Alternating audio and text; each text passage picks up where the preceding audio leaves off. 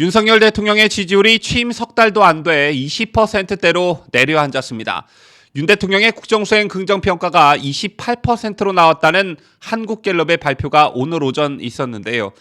쟤는 대통령실에서도 예측하지 못한 수치였습니다. 대통령실 관계자들은 윤 대통령 지지율이 30%대 초반으로 내려앉았을 때 더는 내려가지 않을 것이라는 전망을 내놓은 바 있습니다. 하지만 20%대의 지지율은 현실이 됐고 많은 우려의 목소리들이 나오고 있는데 진짜 우려스러운 게 한 가지가 있습니다. 그게 뭔지 설명합니다.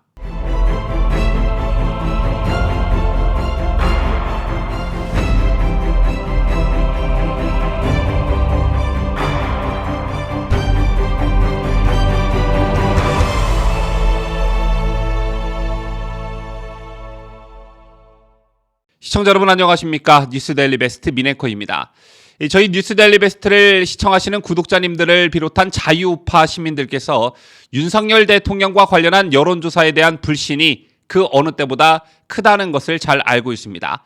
저 또한 여론조사 불신론자 중 한 사람인데요.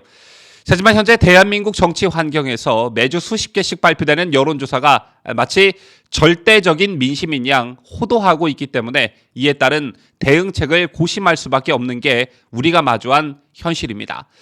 자, 오늘 윤 대통령의 지지율이 20%대로 주저앉았다는 한국갤럽의 여론조사가 발표됐습니다. 자, 이는 지난 1987년 직선제 개헌 이후에 역대 대통령과 비교할 때 매우 빠른 속도라는 게 한국갤럽의 설명이었는데요. 자, 한국갤럽에 따르면 박근혜 대통령은 취임 약 2년 후인 2015년 1월 말 조사에서 처음으로 20%대를 기록했고요. 문제는 취임 약 4년 후인 2021년 4월 말 조사에서 20%대를 기록했습니다. 그런가 하면 이명박 전 대통령의 경우 취임 초 광우병 파동으로 20%대를 기록한 바 있고요.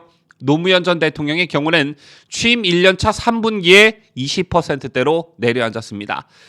즉 윤석열 대통령의 20%대 지지율 기록은 그 속도가 매우 빠르다는 것인데 제가 이번 한국갤럽 여론조사를 세세히 분석해 드리지는 않겠습니다만 두드러지는 현상 두 가지 정도가 있습니다. 그중 한 가지가 취임 후 향후 몇 달 동안은 상대 후보를 안 찍었던 국민들도 새 정부가 잘 되길 바라는 마음에서 새롭게 선출된 대통령을 지지하는 경향이 있는데 윤석열 대통령은 이것을 누리지 못하고 있습니다. 일부 여론조사에서는 민주당 지지층 혹은 호남 거주층에서 윤 대통령의 지지율이 3, 4%에 그치는 결과들이 속출하고 있는데요. 이는 역대급 박빙승부로 끝난 대선 결과라는 점과 문재인 정권의 국민 갈라치기로 진영 간 양분화가 극명화진 데 따른 것이라 볼 수 있습니다.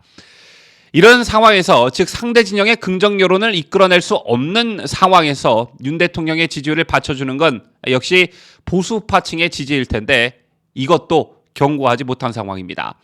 한국갤럽이 지난 4월부터 6월까지 매달 실시한 주간적 정치 성향 조사에 따르면 우리나라의 평균 보수층은 32%로 나타났습니다.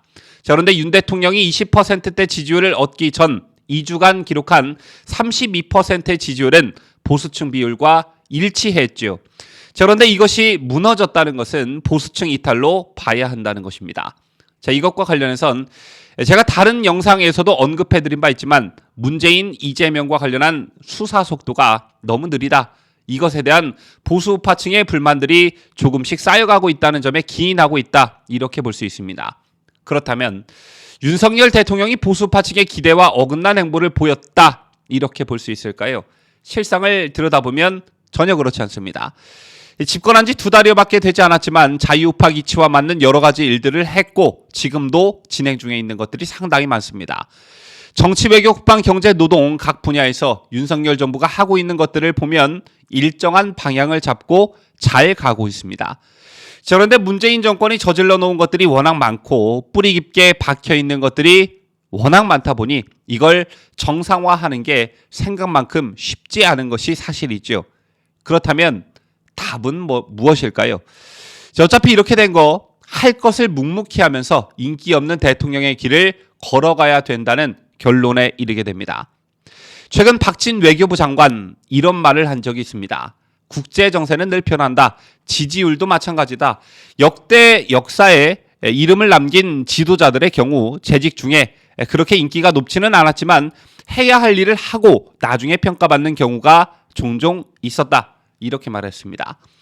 저는 박진 장관의 말이 참 가슴에 와 닿았는데요. 지지율 때문에 지지율에 연연해 지지율을 신경 써 할 일을 못하기보다 할 일을 하고 나중에 역사의 심판을 받겠다는 각오로 국정에 임하는 자세가 윤 대통령에게 필요한 시점이 아닐까 합니다.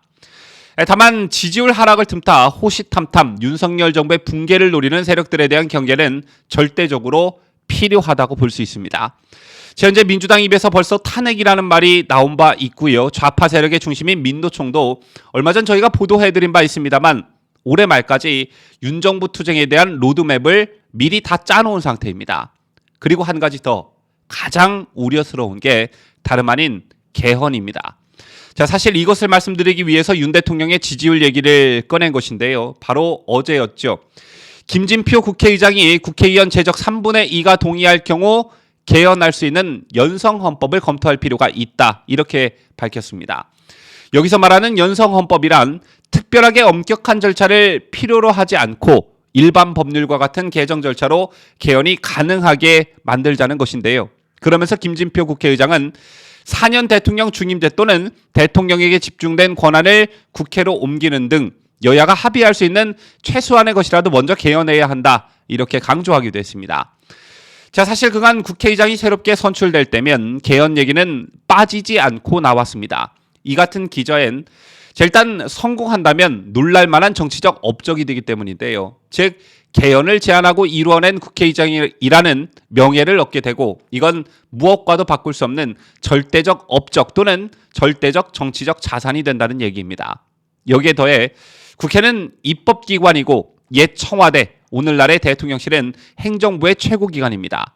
때문에 권력의 속성이라는 측면에서 봤을 때 국회의 최고수장인 국회의장이 행정부의 권력을 뺏으려 하는 건 어쩌면 자연스러운 일이기도 하겠죠.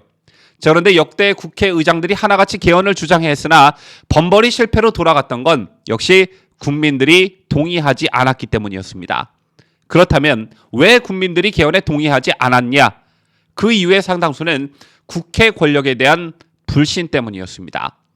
특히 개헌과 관련해 내각제 또는 이원 집정부제 등등 권력구조 개편 얘기가 나오면 더 그런 경향이 있는데요. 이유는 간단하죠. 분산된 대통령의 권한은 어디론가 가야 하는데 그게 국회로 간다면 이를 허락할 국민이 많지 않기 때문입니다.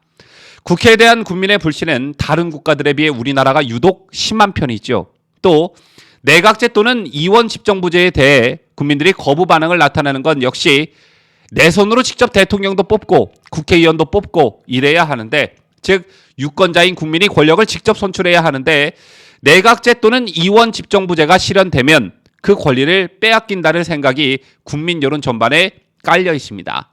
이런 의미에서 김진표 의장이 국회 의결로 개헌하자 이런 주장이 국민 여론의 탄력을 받기 어려운 것입니다. 더군다나 지금은 역대급 여소야대 상황이죠. 민주당이 주도하고 있는 국회가 지금까지 어떤 모습을 보였는지 국민들은 똑똑히 기억하고 있고 이런 국민적 실망감이 그대로 나타난 게 바로 4.7 서울 부산시장 보궐선거, 대선 그리고 얼마 전에 지방선거였습니다. 즉 김진표 국회의장이 아무리 개헌의 당위성을 국민들께 설명해도 국민들이 국회에 갖는 불신의 벽을 넘어야 하는데 이게 단기간 내에 가능한 일일까요? 절대 단기간 내에 국회가 국민들로부터 신뢰를 회복하는 건 가능하지 않습니다. 자, 그렇다면 개헌을 반대하는 국민 입장에서 안심해도 되는 것일까? 결론부터 말씀드리면 안심할 수 있는 그런 상황이 아닙니다. 윤석열 대통령의 지지율이 낮아지면 낮아질수록 국회의 개헌 주장은 더욱 거세질 것이 자명하기 때문이죠. 여러분 아시다시피 민주당뿐만 아니라 현재 국민의힘 내에서도 개헌 찬성론자들이 상당히 많습니다. 이런 상황에서 민주당이 개헌을 주도하고 여기에 부역하는 국민의힘 의원들 몇몇이 동조한다면 개헌은 실제 일어날 수도 있습니다. 때문에 윤석열 대통령의 지지율이 바로 이런 점 때문에 우려스럽다라는 말씀을 제가 드리고 있는 것입니다. 여러분께서도 이 점 꼭 명심하고 계셨으면 좋겠습니다. 지금까지 저는 자유대한민국을 수호하는 뉴스데일리 베스트 민앵커였습니다.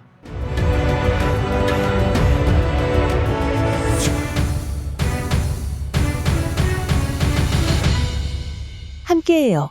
뉴스 데일리 베스트.